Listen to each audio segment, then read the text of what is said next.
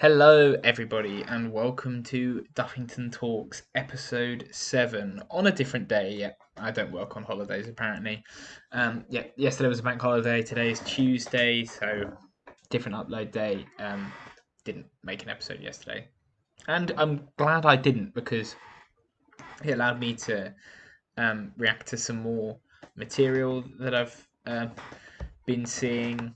So we're going to talk about a couple of things this episode. We're going to start off with Richard Sharp's resignation as BBC chairman, and then we're going to go on to Martin Tyler's supposed racist commentary, and lastly, we're going to talk about a YouTube video uploaded by PragerU. So slightly different style of episode. Don't normally talk about YouTube videos. Normally it's more like news stories, but we're going to start off with the news story. And I don't want to touch on it too much, but I do want to say a lot of the time the BBC, I mean Elon Musk for example, was a great example of this recently. He said that, oh yeah, the BBC is a blatant left-wing bias. He said in one of his tweets after doing the BBC interview, which of course shows he's done. I mean, he's either unaware of cultural relativity or he's done not too much research on the situation. But here's a perfect example, proving him unequivocally wrong. I mean, you can talk about right wing bias, left wing bias. The BBC it has its BBC goes pivots to the centre right and the centre left. It obviously didn't like Jeremy Corbyn. It didn't like it made oh god, I've forgotten his name. The old leader of the leader of the BNP. When he was on Question Time or one of the Sunday morning programs, he was absolutely made to look a right fool by people because he's just a stupid person that was it Tommy Robinson? That's it. Tommy Robinson was on the BBC. The far right, the far left get stick because the BBC is like pro-establishment. And just to highlight, the BBC's right-leaning favoritism, or a bit more than favoritism in this case. BBC chairman Richard Sharp resigned because he failed to disclose that he had dealings with Boris Johnson, which is obviously massive conflict of interest when he was applying for the job. So he told Boris Johnson he wanted to apply for the job, and Boris Johnson had the final say on who got the job at the time. So that doesn't seem very democratic and fair, if you ask me. And the second that he'd set up meetings with Boris Johnson and people who wanted to help with the PM's finances. So basically, he obviously has a personal relationship with Boris Johnson that he didn't declare, and that's wrong because it's a massive conflict of interest, and it just shows how there are parts of the BBC that Boris Johnson is not too far on the right, but that interact with people on the right, and I think that it certainly highlights an element of we don't have this overtly BBC left-wing bias that people like to portray. I mean, we don't have this overtly BBC right-wing bias. I think that the BBC always famously say, well, we receive the same number of complaints from people on the left and people on the right, so we sort of know we're doing our job properly. And obviously the real world doesn't work like that. Some articles will receive overwhelming complaints from one side and some articles will receive overwhelming complaints from another because they'll take an overtly one or the other side. That's, how it is, but this needs to be raised to people's attention. If anyone ever says, "Oh yeah, the BBC is left-wing biased," send them this article and show them this. If anyone says the BBC is right-wing biased, show them the treatment of Jeremy Corbyn. That the BBC. I mean, look, I've talked about this before about how Laura Kuenssberg, made up a story about or completely misrepresented a story about Jeremy Corbyn. Because obviously the BBC didn't like him, and I mean that's horrible. Like, there's no defending that at all. So yeah, that's story number one. There's sort of smaller story, and story number two is actually it's about a football commentator. It's about football commentator Martin Tyler, who was accused of racist comments surrounding Tottenham's South Korean footballer Son Heung-min. So Son Heung-min was chasing down a Liverpool player. I think it was Gakpo. He was chasing down Cody Gakpo, who is Dutch, and he basically sort of like jumps on the back of him, pulling his shirt. And Tyler, who I've not managed to find a clip of this because it's not actually doing the rounds on social media. It's not on YouTube. It's just being reported. So I've not seen the commentary. But Martin Tyler said that was more like martial arts in whatever way, whatever way you want to take that. Now, so then the first thing first is that a lot of everyone on social media saying that he's 77 years old, he's out of touch. It's a poor joke. It's offensive. You had a lot of takes on social media. Of course, he's associating Son with martial arts. That's racist. And then someone else said, would he have said that about a non-Asian player?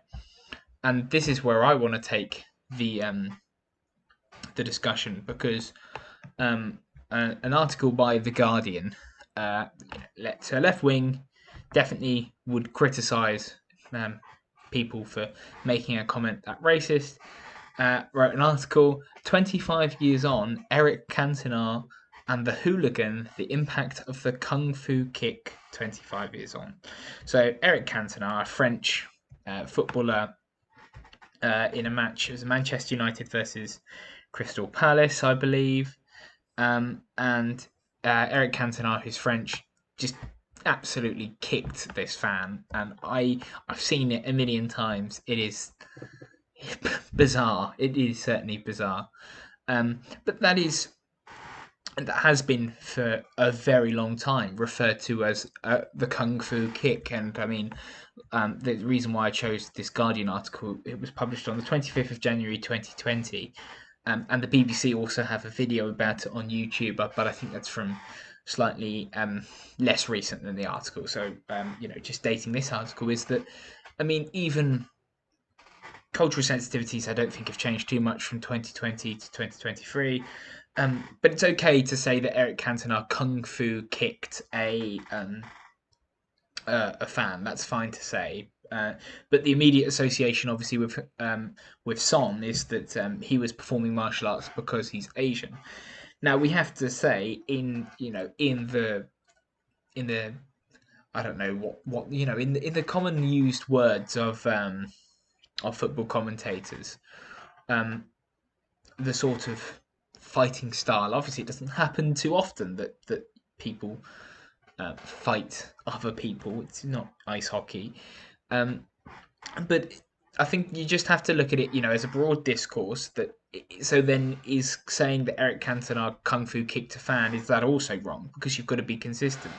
So the people, immediately saying it's racist because he said it for Son. Well, I mean, Eric Cantona has been so famously associated with kung fu kicking someone that, and obviously before it, there's no racial associations with Eric Cantona, that I think that, first things first is look at it in context.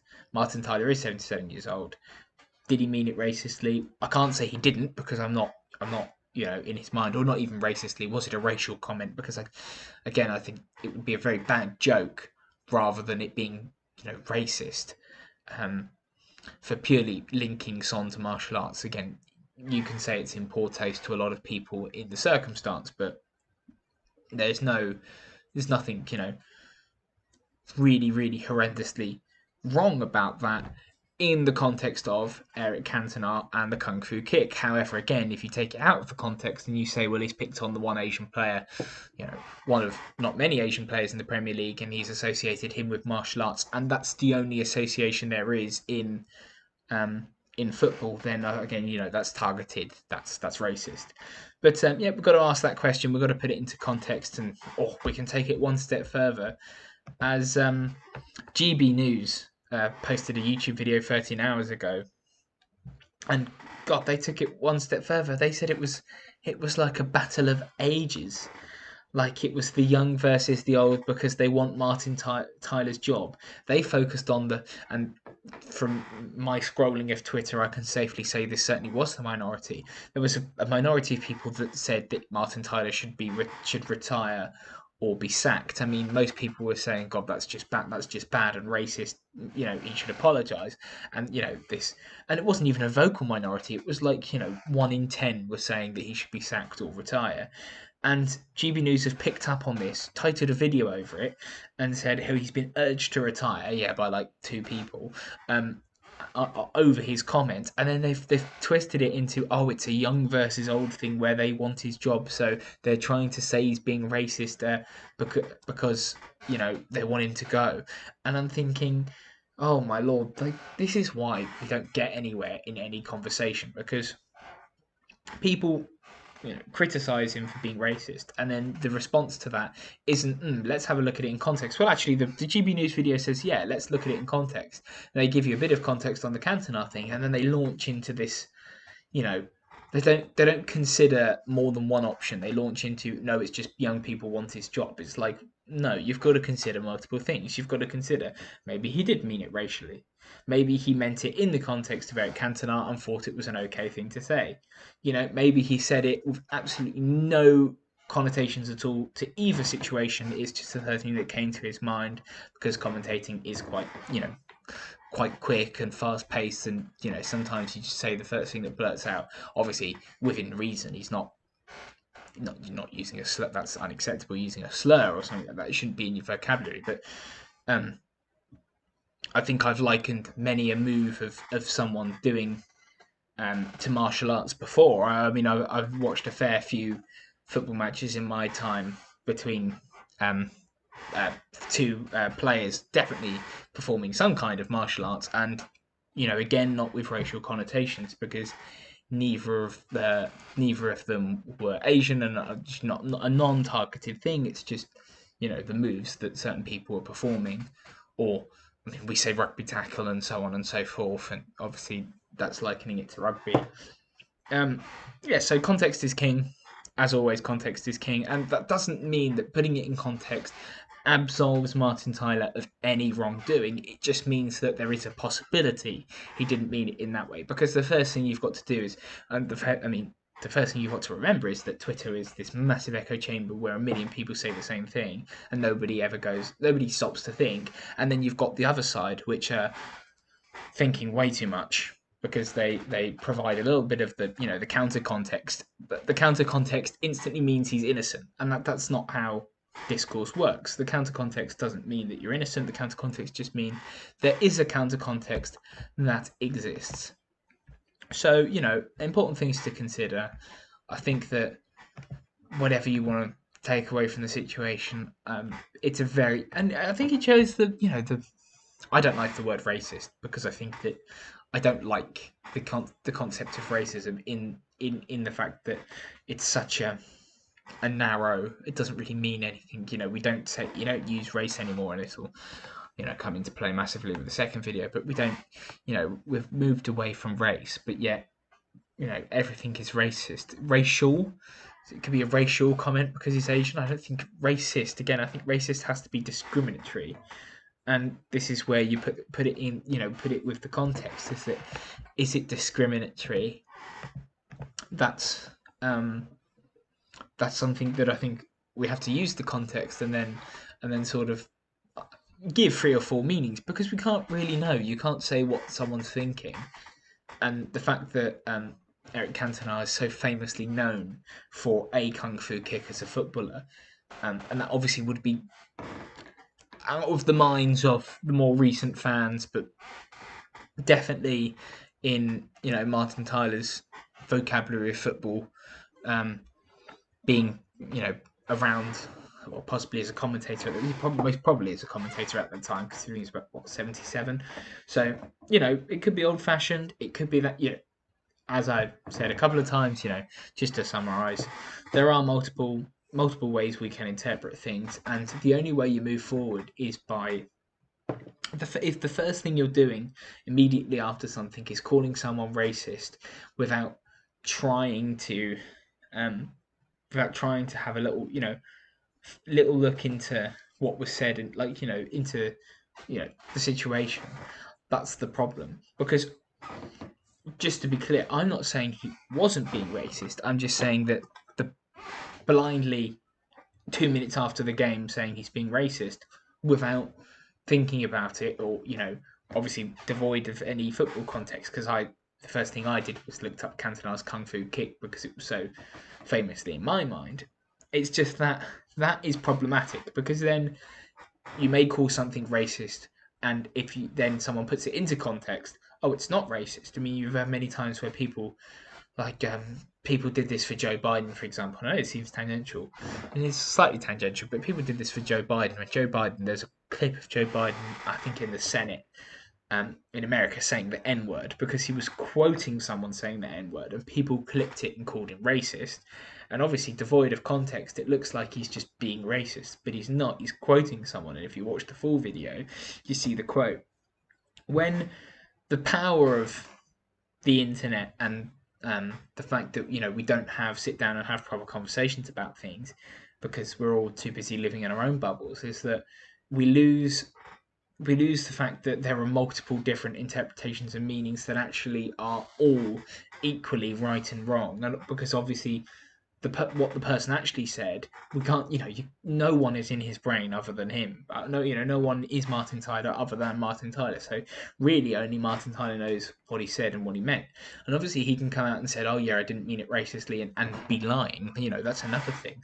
But we can't know that because you do not have the power to know that.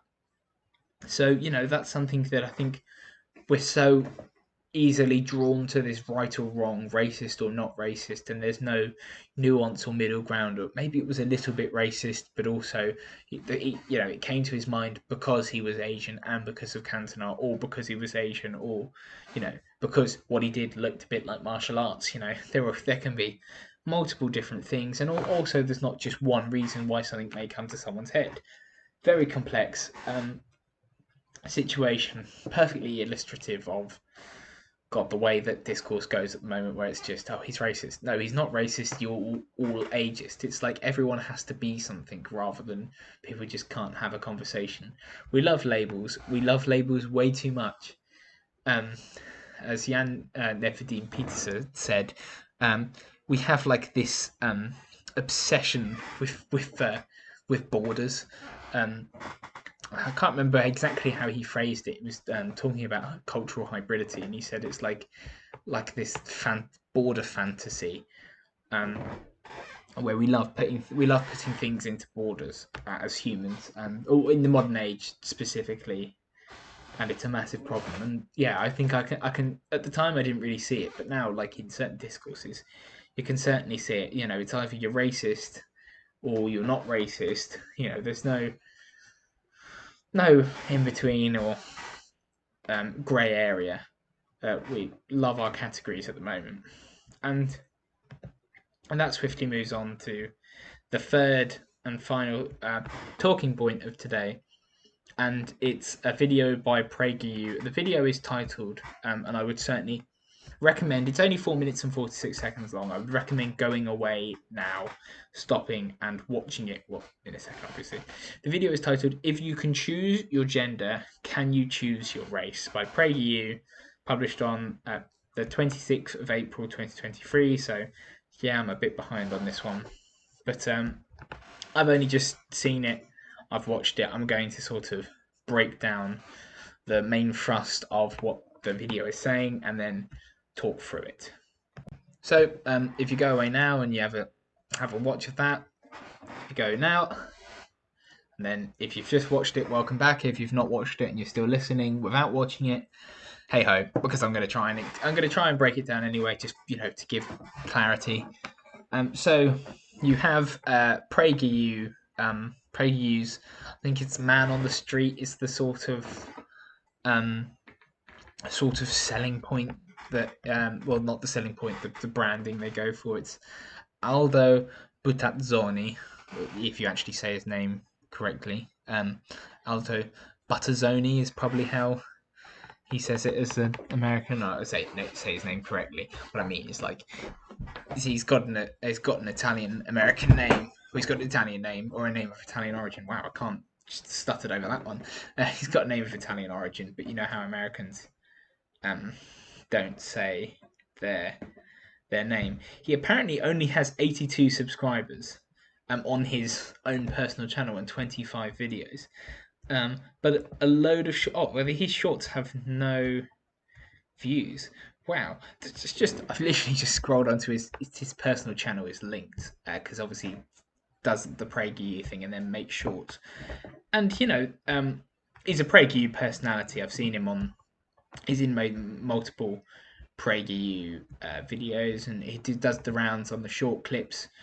But yeah, his own personal channel is actually not that subscribed to, so he's not, you know, a personality in his own right. I mean, Ben Shapiro reacts to Man on the Street. Ben Shapiro reacts to it multiple times. There's multiple shorts of Ben Shapiro reacting to it. One of them has 1.4 million views. So just to, you know, preface that video is going to play. Shush. So you know, just to give some preface, he goes around. He's at UCLA, and he's asking people. So if he starts showing people, what he describes, and this can only be, the good old lack of American discourse in action. He describes people, transracial people, because America has a fascination with race that really should have died about 70 years ago, but it didn't. And we have this curious, like, fascination with race. And so he's showing people in blackface, and then someone that believes she is someone that's white and believes that she was black. So calls that being transracial, and blackfacing. So that's, you know, starting the video, and everyone's like, "Oh no, that's wrong. Shouldn't be doing that." And then it goes on to say that goes on to show pictures of Dylan Mulvaney and the recent swimmer that's one of the best swimmers in America now, to transition from man to woman and is dominating the sport, and says, here are people that are woman facing, so appropriating obviously the black facing term, people that are woman facing. And then he catches people with their pants down, unable to formulate or get caught saying the wrong thing. So one of the people in the video says, for race, oh yeah, that's a biological thing, and then it talks about gender as that, oh yeah, but race isn't biological, so contradicts themselves. And you know, it's a 4-minute got your video. The video is almost at 1 million views, and the comments are like, wow, yeah, look, we've just exposed left-wing hypocrisy. It's like, no, what you've exposed is people who obviously are not versed in identity, but neither of them, like, the host is not very versed in identity understanding as well, because if you would describe someone as transracial, I don't think you actually understand the concept of race in the first place, or any of the history of race. So this is the thing, is that the Americans, because they're all American discourse, and this is, you know, random people on the university campus, so we don't know what they've edited, we don't know who they've included and not included, but these are what we're led to assume are typical students. So if we take it on face value of typical students, what the person is showing is that the left-wing ideology doesn't hold up its own ideals. Well, no one in this video is obviously an ideologue. So the first thing that it highlights is that, gosh, discourse in America stinks. I mean, discourse stinks everywhere, but like nobody even questions the guy saying racial and race and transracial. The first thing, if this guy came up to me, and if you've watched the video, like, you know, if this guy comes up to me, and just goes, "Oh yeah, I'm going to show you. Do you think people can change their race or like pick their race?" And the first thing I'm going to turn around and say is, "Okay, you've got someone that's mixed race. How do you deal with that?" And ask and see how he replies, because newsflash, race. It's out. It's been out of date for 70 years, and the reason why it's been out of date, I'm saying this every episode now, but it's the reason why it's been out of date for 70 years is because of conundrums such as this, and this is why America's obsession with race is going to get them nowhere in the short term or the long term, and a lot of it. Interestingly, a lot of the issues with race is actually just to do with our own Eurocentric science. So apparently, um, uh, there was an article written, a paper that was written in, gosh, I think it was 2017. Yeah, it was 2017, and it was about the skin pigmentation of certain people in South Africa. So the Khoisan were the centre of the study. 400 individuals from the Khoisan, and guess what? The way that their skin color and their skin and how the way that their skin pigmentation was determined was absolutely completely different to the way that Europeans were. And this is and some of the pictures in this study, and one of the sort of the first picture that pops up is that you've got a family of three individuals. One of them is like a lighter skinned black person, and then you've got two darker skinned black people, but they're all related. Um, they're all in the same household. So the mum and the dad are darker skinned, but their child of the same, biologically their child is lighter skinned, and the reason for that is that the way that skin pigmentation works in their genes is it's made up of completely more inherited genes. They need completely more inherited genes than I think some of the studies from European um, descent groups need. So it's that it's the majority of the Eurocentric science based on race, which is why the people in the sort of political discourse have stopped using race, because it was completely and utterly problematic. But we already knew that. That's why we turned to ethnicity.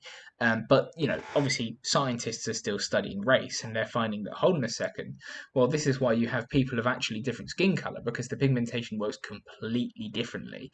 And this was a massive thing in in genetic studies, because obviously, if you're doing a genetic study, you should be aiming to study every region, and not say, oh well, we've studied the same group of people that were studied before, white English people. Oh, guess what? Genes are exactly the same as we thought 10 years ago because we studied the same group of people. Is that's surely just poor science?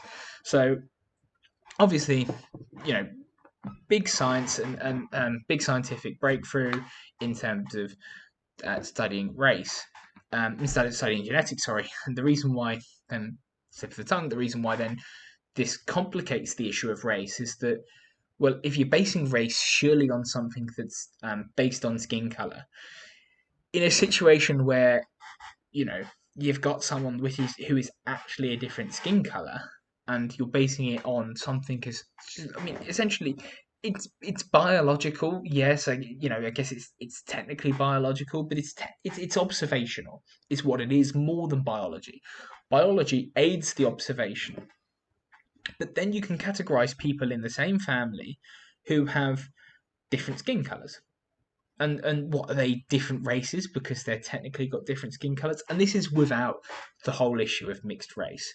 And this is why we use ethnicity. And this is why, I urge everyone to start perceiving things in terms of ethnicity rather than race. Because ethnicity is a construct. And so it's a construct where, these people are they're from the Khoisan people, so they're ethnically the same. They're ethnically from the same group, so therefore their skin color doesn't, it doesn't detriment their ethnicity. But if you're saying based on race, your skin color can detriment your race. And this is why, mixed race people, ethnically, sub-ethnically white and black, if you want to, you know, appropriate my preferred term for the concept, it completely negates that issue, because then, you are both, and which identity you're navigating, unfortunately that is based on observational traits, because if you're mixed white or black, and you have black skin, or you're mixed white and black and you have white skin, that's going to affect your navigation of identity, because that will affect how people perceive you. That obviously, how you perceive yourself and how your family perceive you, these are all navigations of identity that sometimes I think a lot of people don't even realize we do. But yeah, these are all complex navigations of identity, and you hold a sub-ethnic identity of being white and black. That is the case. So I want to see that guy turn around and be able to explain any of that to me.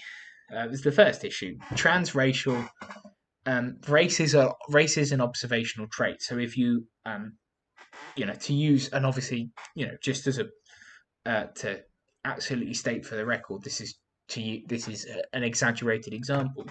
If you blackfaced and then said you were black, well, observationally you've just painted yourself black.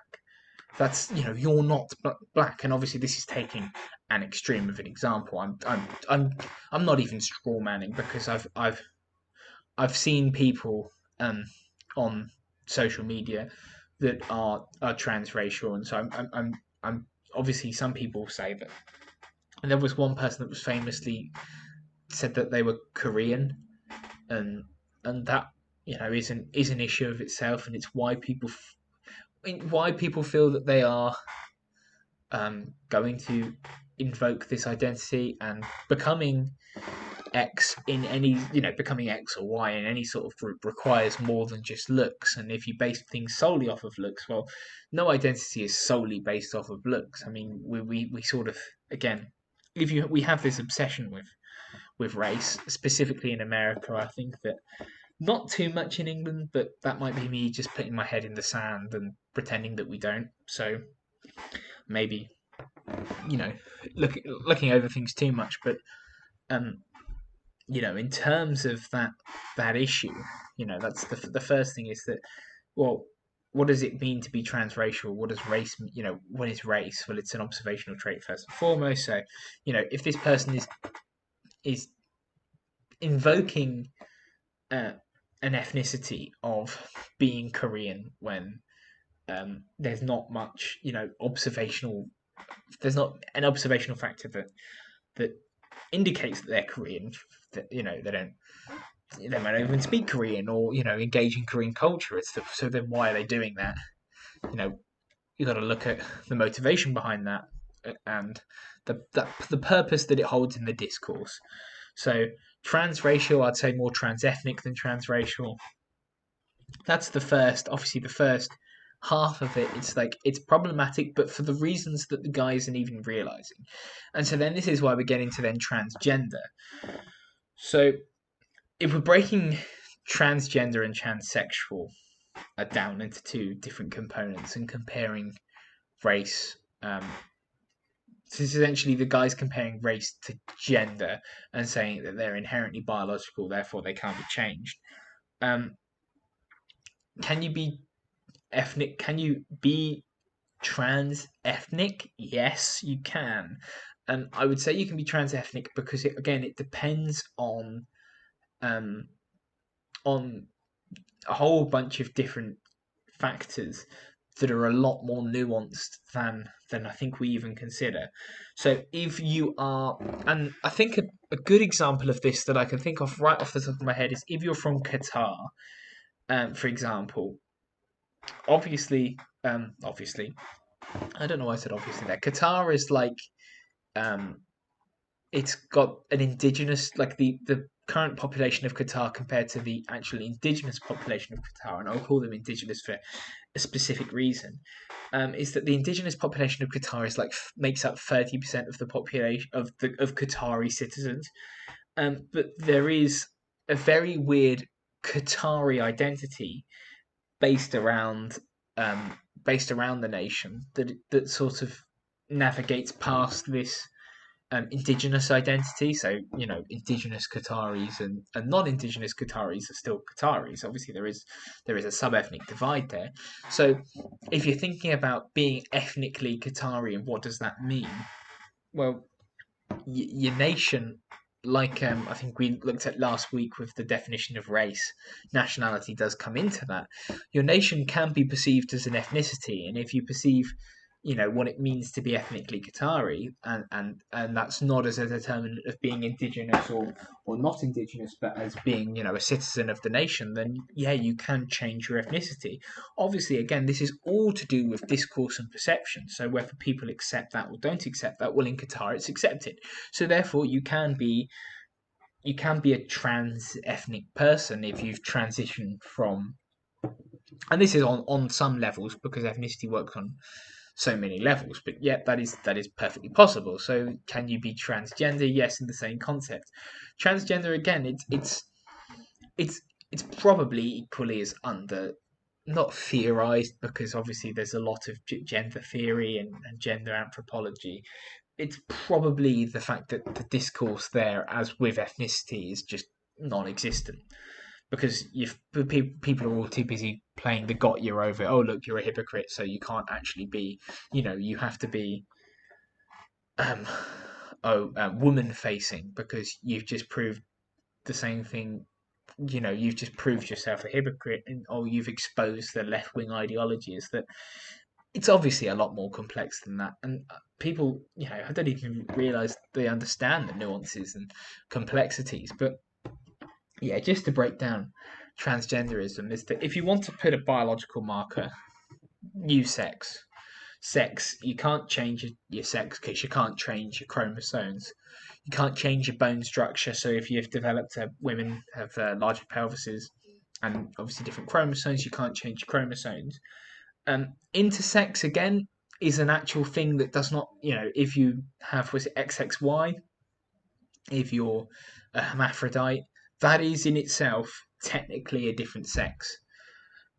Being hermaphroditic also, um, when you're a hermaphrodite, your gender is constructed, and so this is the easiest form, and obviously it's a it's a minority of cases, but we're just going to start off simple and work up.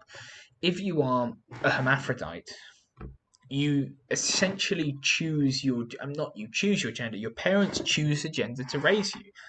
It's what happened back in the day. I guess now that there's probably a bit more of an open approach to gender, so there's a bit more of an open approach to raising someone that's a hermaphrodite. But as is, and I have anecdotal evidence from people that have said, literally they had to choose a gender to raise a hermaphroditic baby, and that actually it could also be the case that the baby then appears, um, physiologically, maybe even mentally, not the gender that they were raised as a hermaphrodite. So this is a gender navigation. So this is, the easiest way to naturally highlight how gender navigation works is through hermaphrodites, because they highlight it plain and simple that they're navigating a gender that they don't have, because they also don't have the same sexual working as other people do. So that's just, that just highlights how this navigation works, and obviously that's in a minority of cases. But then the idea of gender dysphoria is that, well, the people are doing, the people that are gender dysphoric, um, are navigating the exact same queries of gender identity, specifically gender identity, except the motivation for them navigating it is, a completely different reason. Be it psychological, be it hormonal.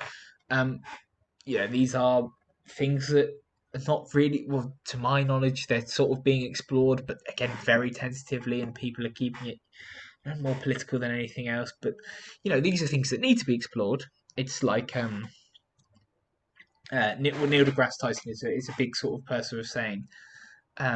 the reason why these don't get explored is because people are actually in fear of then having liberties taken away, which I completely agree with him on that, because he's quite a rationalistic person. I'm a rationalist myself, and so it's just it's the reason why they're not getting explored is because, well, if we prove, and this is in air quotes, prove that he used homosexuality, gender dysphoria as another example. If we prove that is solely psychological, then it essentially gives people the right to take it away. And he said with homosexuality, he said that, well, if we prove that homosexuality is purely psychological, and there's no biological element to it at all, then who's to stop people from saying, well, okay, gay conversion therapy is justified because it's a psychological element, we can change someone's psychology. And this is the fear behind probably a fear behind the discourse, or an inherent block on the discourse,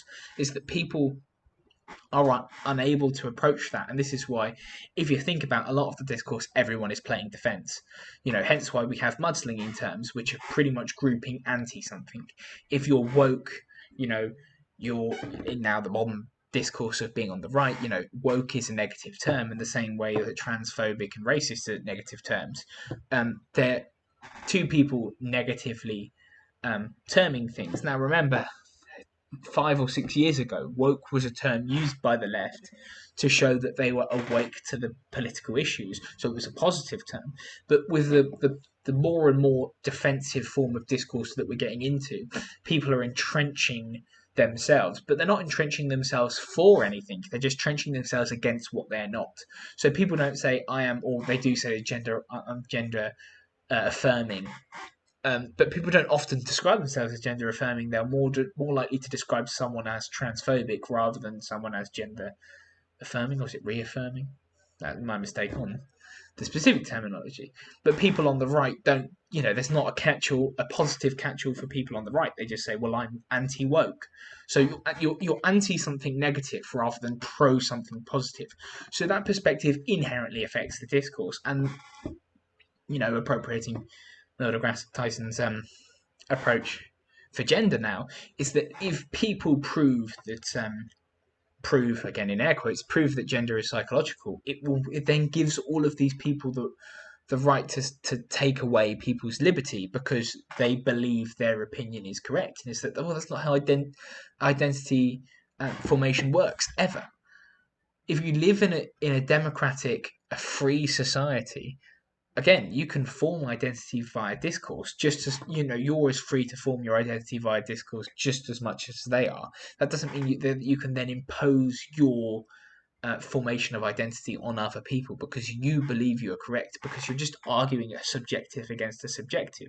Obviously, if it's biological, that gives the objective upper hand, and again, that's in quotes, because the objective upper hand doesn't exist, because people will set the boundaries for biology either way. So very, very complex things. And, again, it always comes back to similar topics. But actually, I think that this episode has had some really, nice formulations of tackling that issue. Choosing your gender and choosing your race. Both of them are wrong. You don't choose anything. It gets... you submit it to the discourse, as it were. You invoke the identity. You invoke a certain gender. You invoke a certain ethnicity rather than race. And then whether that is accepted and in which groups it's accepted, because your gender identity may be accepted in certain groups and not accepted in other groups. This is why you then naturally form an emikinetic, an insider and an external perspective. It's the same thing with ethnicity. You could, okay, my personal approach to ethnicity, for example, I believe that a British ethnicity exists, and I take the an inclusive perspective that if you have British citizenship, and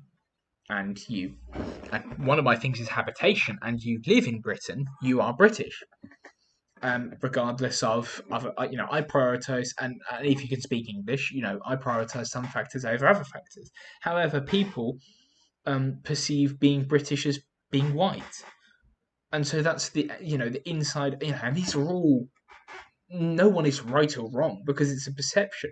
But then it's who agrees with that perception, who is validating that as perception, um who is saying yeah you're right, and so which perception is being agreed upon more and therefore seems to be more consensus.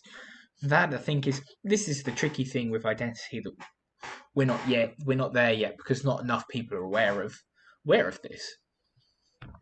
It is the fact that actually you're just navigating a subjective discourse, that yes, they have observable truths like skin color, yes, they have biological truths, again in quotes, but that does not make you correct because you're still navigating a discourse. All identity is based on discourse, and you know thematically bringing it to a close again. So, as always, I hope you enjoyed this podcast episode. So again, some really nice themes came up. Really nice discussion, I think, that we should be able to take away. If you have any suggestions, anything you want me to talk about, make a separate video on. Again, I'm always happy. Anything that, if anything ever pops up, in the news that you think that should feature in next week's podcast, please do let me know. As always, I've been Duffington Media, and I will see you in the next one.